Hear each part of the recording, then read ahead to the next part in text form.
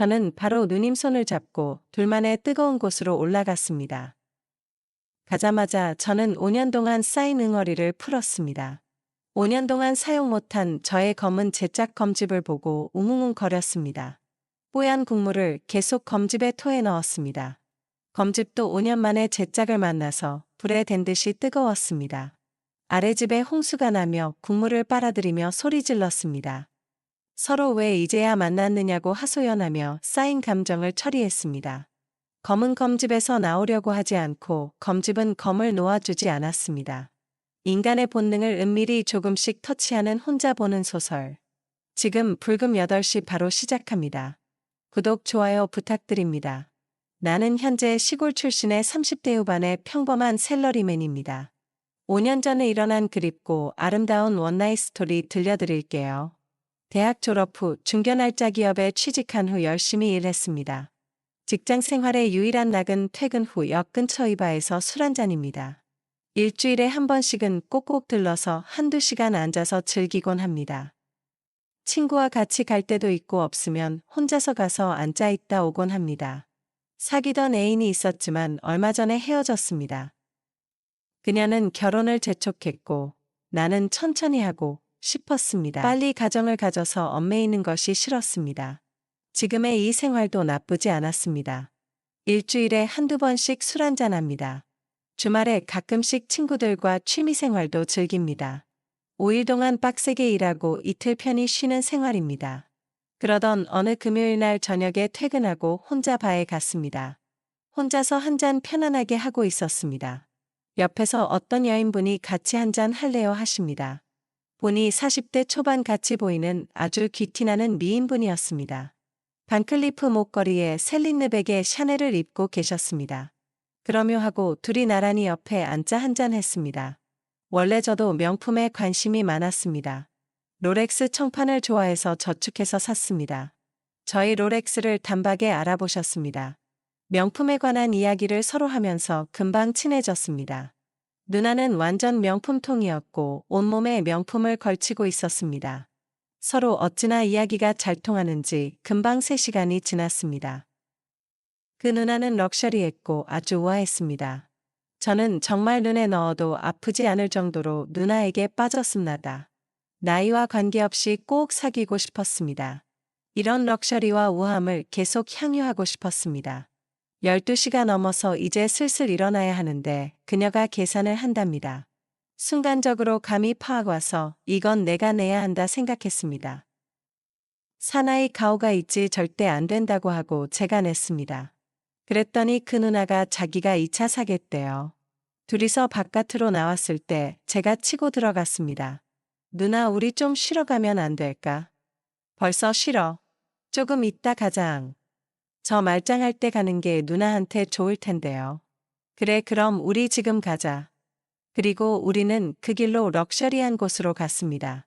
물론 계산은 누나가 했습니다. 저는 애인 떠나고 거의 6개월 만에 거사를 치르게 되었습니다.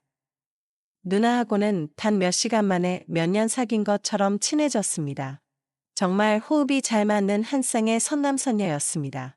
럭셔리한 곳에 가서 저는 누나의 짐승남이 되었습니다. 누나는 저에게 천천히 자기가 원하는 대로 다가오라고 부탁했습니다. 저는 그 누나의 럭셔리와 엘레간트함이 너무 마음에 들었습니다. 시키는 대로 천천히 부드럽게 누나가 원하는 서비스를 다했습니다. 센스 소설에서나 보던 여러 가지 타입을 누나는 원했습니다.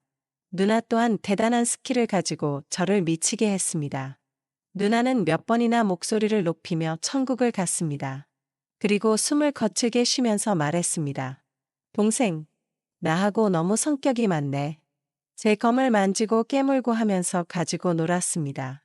누나의 검집에 너무 꽉 끼게 따맞대요. 우리는 평생에 만나기 힘든 짝을 만났다고 행복해했습니다. 내일은 휴일이라 저는 부담 없이 최후의 기력까지 쏟아부었습니다. 내일 아침에 한 번 더 해야지 하고 나가떨어졌습니다. 누나와 나는 네이키드한 바디로 서로를 보며 편안히 잠들었습니다. 아침 11시경 눈을 떴습니다. 당연히 옆에 있어야 할 누나가 없었습니다. 화장실 있냐 하고 일어났더니 뭔가 이상했습니다. 데스크 위에 편지 한 장과 지폐가 있고 사람은 사라졌습니다. 동생 어젯밤 너무 행복했다네. 이제 이 누나는 잊어주게. 어서 결혼해서 아내와 자식에게 올인하게. 절대 딴 데로 눈 돌리지 말게. 항상 행복하기를 기도하네. 추신, 이 돈으로 좋은 옷 한 벌 사 입게. 같이 가서 사주고 싶었는데. 이 메모와 함께 현금이 있었습니다. 세상에 이럴 수가. 이런 황당한 하룻밤의 꿈이 있을 수가 있을까? 그리고 그냥 꿈처럼 흔적도 없이 사라져 버렸습니다. 정말 꿈이었습니다. 완벽한 꿈. 그 다음날 바에 가서 바텐더에게 물어봤습니다. 그도 생전 처음 보는 분이랍니다. 세상에 이렇게 완벽하게 사라져 버리다니. 내가 그 누나를 찾을 수 있는 조그만 단서도 없었습니다. 마음 한구석에 커다란 구멍이 생겨버렸습니다. 그날 조그만 눈치라도 챘다면 연락처를 알아놓았을 것입니다. 그날 이후로 저는 그냥 마음이 허로운 사람이 되었습니다. 너무 강렬한 추억 때문에 하고 싶은 것이 없어져 버렸습니다. 직장과 집 그리고 금요일 밤 그 바에 가는 것이 일상이 되었습니다. 혹시나 그 누나가 다시 올까 싶어서 3년 동안 갔습니다. 매주 금요일 불금에 하루도 빠지지 않고 갔습니다. 그리고 그 바가 영업을 그만두어 갈 곳도 없어져 버렸습니다. 3년 이상을 수도하는 스님처럼 누나만 그리며 혼자 위로했습니다. 누나 때문에 성실하게 일했더니 회사에서 인정을 받았습니다. 어느새 과장이 되었습니다. 시골 부모님은 장가 안 간다고 난리였습니다. 뭐가 부족하다고 연애도 안 하고 일만 하느냐고 불만이십니다. 직장의 부하 직원이 어느 날 자기 친척이라며 소개팅을 하라고 합니다. 그쪽 30대 초반인데 국내 굴지의 로펌 비서라고 합니다. 아버지가 국내 탑에 들어가는 대기업 경영진이었습니다. 강남의 좋은 집에 살고 있는 부자였습니다. 그런 집딸이 왜 저 같은 사람과 소개팅을 했는지 모르겠더라고요. 그리고 왜 지금까지 애인이 없는지 궁금했습니다. 자리에 나가서 걸어오는 모습을 보니 가슴이 뛰었습니다. 그 누나와 많이 닮아 있었습니다. 목소리도 비슷했고 용모도 비슷했습니다. 그냥 마음에 들었습니다. 외로웠던 제 마음이 뭔가 위로가 되는 듯 했습니다. 그 누나와의 하룻밤이 무려 5년이 다 돼가고 있었습니다. 정말 하루도 잊을 수가 없었습니다. 어쩌면 그런 일이 있을 수가 있을까? 그녀와의 데이트를 하면서 저는 조금씩 누나를 잊어갔습니다. 그녀도 내가 싫지는 않은 눈치였습니다. 조금씩 서로에게 이끌리면서 즐거운 데이트를 했습니다. 그러는 동안에 저는 회사 일에 바빠서 해외 출장이 많았습니다. 꾸준히 그녀와의 만남은 이어져 가고 있었습니다. 그녀는 그 누나와 비슷하게 명품에 대한 대단한 실력이 있었습니다. 월급은 부업이고 명품 리셀러로 월급 이상을 벌고 있었습니다. 그렇게 사귄 지 6개월이 되었습니다. 제가 바빠서 그런지 일주일에 한 번 정도 만납니다. 이제 내 나이도 이제 되었고 직책도 있고 하니 옛날과 달라졌습니다. 좀 더 어른스러워지고 현실적으로 결혼 대상자를 보게 되었습니다. 내 이상형 누나를 닮았고 경제력도 있고 성격도 좋았습니다. 저는 그녀와 살면 잘 살 수 있을 것 같았습니다. 저는 결혼을 해야겠다고 생각하고 프로포즈 준비를 했습니다. 그녀도 나를 좋아하는 게 눈에 보였습니다. 내 나이도 30대 후반 되어서 결혼해서 안정되고 싶었습니다. 그녀는 밑으로 남동생이 있고 쌓인 가족이었습니다. 동생은 공대 출신으로 미국 유학 가서 박사과정에 있었습니다. 그렇게 결혼해야겠다고 마음먹고 있던 어느 날이었습니다. 그녀가 자기 엄마 아빠하고 골프 치고 왔다고 사진을 보여주었습니다. 사진을 본 순간 무언가 번쩍했습니다. 그래서 사진을 자세히 좀 보자고 했습니다. 어머님이 그 누나인 것 같았습니다. 머리 스타일과 나이는 다른 것 같지만 얼굴형이 너무 비슷했습니다. 아, 이게 무슨 경우인가?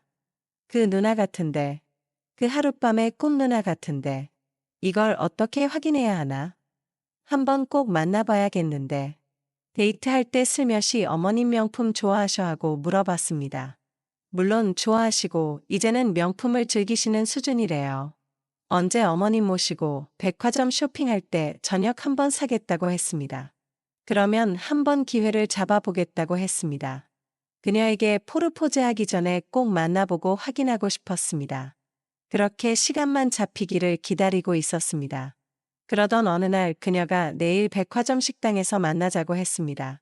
떨리는 마음으로 그 장소로 나갔습니다. 어머님을 본 순간 바로 그 누나였습니다. 하지만 아는 체를 할 수가 없었습니다. 누나도 약간 놀라는 것 같았는데 바로 원래 모습으로 되돌아갔습니다. 식사하는 도중 기회를 엿보았는데 도대체 기회가 안 왔습니다. 어떻게 식사를 끝낼지 모르게 끝났습니다. 끝나고 어머님이 화장실 가신다고 갔습니다. 나도 간다고 따라가서 문밖에서 기다렸는데 누나가 나왔습니다. 누님 저예요. 5년 전 그날 밤 우리 둘이. 내가 목이 메어 울먹이며 말했습니다. 내일 이 시간에 이 자리에서 다시 만나요. 울먹이며 그 말만 하고 누나는 그냥 가버렸습니다. 그 다음날 그 시간에 그 자리에 갔더니 누님이 먼저 나와 계셨습니다. 저는 바로 누님 손을 잡고 둘만의 뜨거운 곳으로 올라갔습니다. 가자마자 저희는 5년 동안 쌓인 응어리를 풀었습니다. 5년 동안 사용 못한 저의 검은 제짝 검집을 보고 웅웅웅 거렸습니다. 뽀얀 국물을 계속 검집에 토해 넣었습니다. 검집도 5년 만에 제짝을 만나서 불에 댄 듯이 뜨거웠습니다. 아랫집에 홍수가 나며 국물을 빨아들이며 소리 질렀습니다. 서로 왜 이제야 만났느냐고 하소연하며 쌓인 감정을 처리했습니다. 검은 검집에서 나오려고 하지 않고 검집은 검을 놓아주지 않았습니다. 몰려왔던 태풍은 몇 시간이 지난 후 서서히 물러갔습니다. 이제 편안하고 조용한 부드러움만 남았습니다. 누나와 나는 조용히 흘러온 이야기를 했습니다. 5년 전 그날 누나는 작정을 하고 바람을 피우러 왔대요. 남편의 바람이 심해 바깥에서 자식을 두고 있다는 소식을 들었답니다. 복수심에 도저히 견딜 수가 없어서 그날 바람을 피우러 나왔대요. 그리고 나를 만나서 후련하고 행복한 하룻밤을 보냈답니다. 그래도 자식에 대한 사랑 때문에 새벽에 정신을 차리고 집으로 갔대요. 젊었을 때부터 잘난 남편이 바람을 피워 마음고생이 심했답니다. 나이 들어서는 더욱더 냉담해져 갔다고 합니다. 부부관계도 없고 따뜻한 말도 없고 아주 힘들었던 시절이었답니다. 모든 것을 끝내고 싶었던 그날 나와 하룻밤이 큰 위로가 되었답니다. 온몸에 쌓였던 것이 확 풀리고 새로운 의욕이 생겼다고 합니다. 저를 다시는 만나지 않을 것으로 생각했다고 합니다. 하지만 평생의 은인으로 생각하며 소중히 감사하며 살았답니다. 그리고 그 힘들었던 시절에 유일한 친구가 딸이었답니다. 친구 같은 딸의 위로가 항상 큰 힘이 되었답니다. 언제 어디서든지 자기 편이 돼주고 자기의 말상대가 돼주었답니다. 남편 없이는 언제든지 살 수 있지만 딸 없이는 살 수가 없대요. 내가 누님한테 정말 고맙고 소중한 존재이지만 딸을 대신할 수는 없대요. 딸한테 상처를 줄 수는 절대 없다고 하십니다. 그래서 그만 딸하고 그만 만나주었면 한대요. 자기가 필요한다면 언제든지 만나주겠대요. 그 이야기를 들으니 현실적인 고민이 몰려왔습니다. 이걸 어떻게 해야 하나? 며칠간 고민하고 답을 드리겠다고 했습니다. 일주일간을 고민에 고민을 하고 누님과 다시 만났습니다. 그리고 누님한테 간곡히 부탁을 했습니다. 저 혜경이와 결혼하고 싶어요, 누님. 그러니 누나가 저 좀 도와주세요. 저 절대 비밀 지킬 테니까. 누나와 계속 만날 수는 없을까? 갑자기 누나가 제 뺨을 때렸습니다. 내가 평생 남편의 외도 때문에 얼마나 피눈물을 흘렸는데 내 딸의 가슴에 내 스스로 못을 박게 네가 하다니. 그게 말이 돼 이 나쁜 놈아. 죄송합니다. 잘못했습니다. 누님 제가 생각이 짧았습니다. 하고 누님한테 싹싹 빌었습니다. 그 꼴을 보시더니 누님도 눈물을 흘리면서 말했습니다. 내 딸을 사랑해주는 것은 고마워하지만 둘 다는 절대 안 되는 일이야. 만약 그런 일이 생기면 나는 생을 마감할 거야. 그 강력한 서술에 나는 그날 아무 말도 못하고 물러났습니다. 그리고 석 달이 지났습니다. 나는 여느 때와 다름없이 일찍 퇴근을 했습니다. 집문을 열자 어서와 하고 여인의 음성이 들려왔습니다. 자기야 뜨거운 불금 기다렸지. 아름다운 여인이 오늘 고생했다고 부드럽게 저를 안아줍니다. 그리고 제 귀에 촉촉하게 속삭입니다. 자기야 어서 밥 먹고 검을 검집에 꽉 끼게 천천히 넣어줘. 내 누님하고 힘차게 답합니다. 세상은 순리대로 살아야 하는가 봅니다. 욕심을 버리고 내게 더 절실한 사랑을 하나만 택하기로 했습니다. 아름다운 혜경 씨는 기꺼이 나보다 더 좋은 분에게 양보하기로 했습니다. 그 대신에 내 검에 딱 맞는 검집을 택했습니다. 이게 비록 내로남불이지만 저희는 지금 행복합니다. 구독자 여러분, 오늘 이야기는 여기까지입니다. 날씨 너무 춥습니다. 바깥에 나가지 마세요. 집에서 따뜻하게 혼자 보는 소설 보세요. 저희 같은 연령은 겨울이 제일 무섭습니다. 나가서 다니다가 넘어지시면 큰일 납니다. 구독, 좋아요 꼭 좀 부탁드립니다. 다음 주 불금 8시에 더 짜릿한 이야기로 돌아오겠습니다.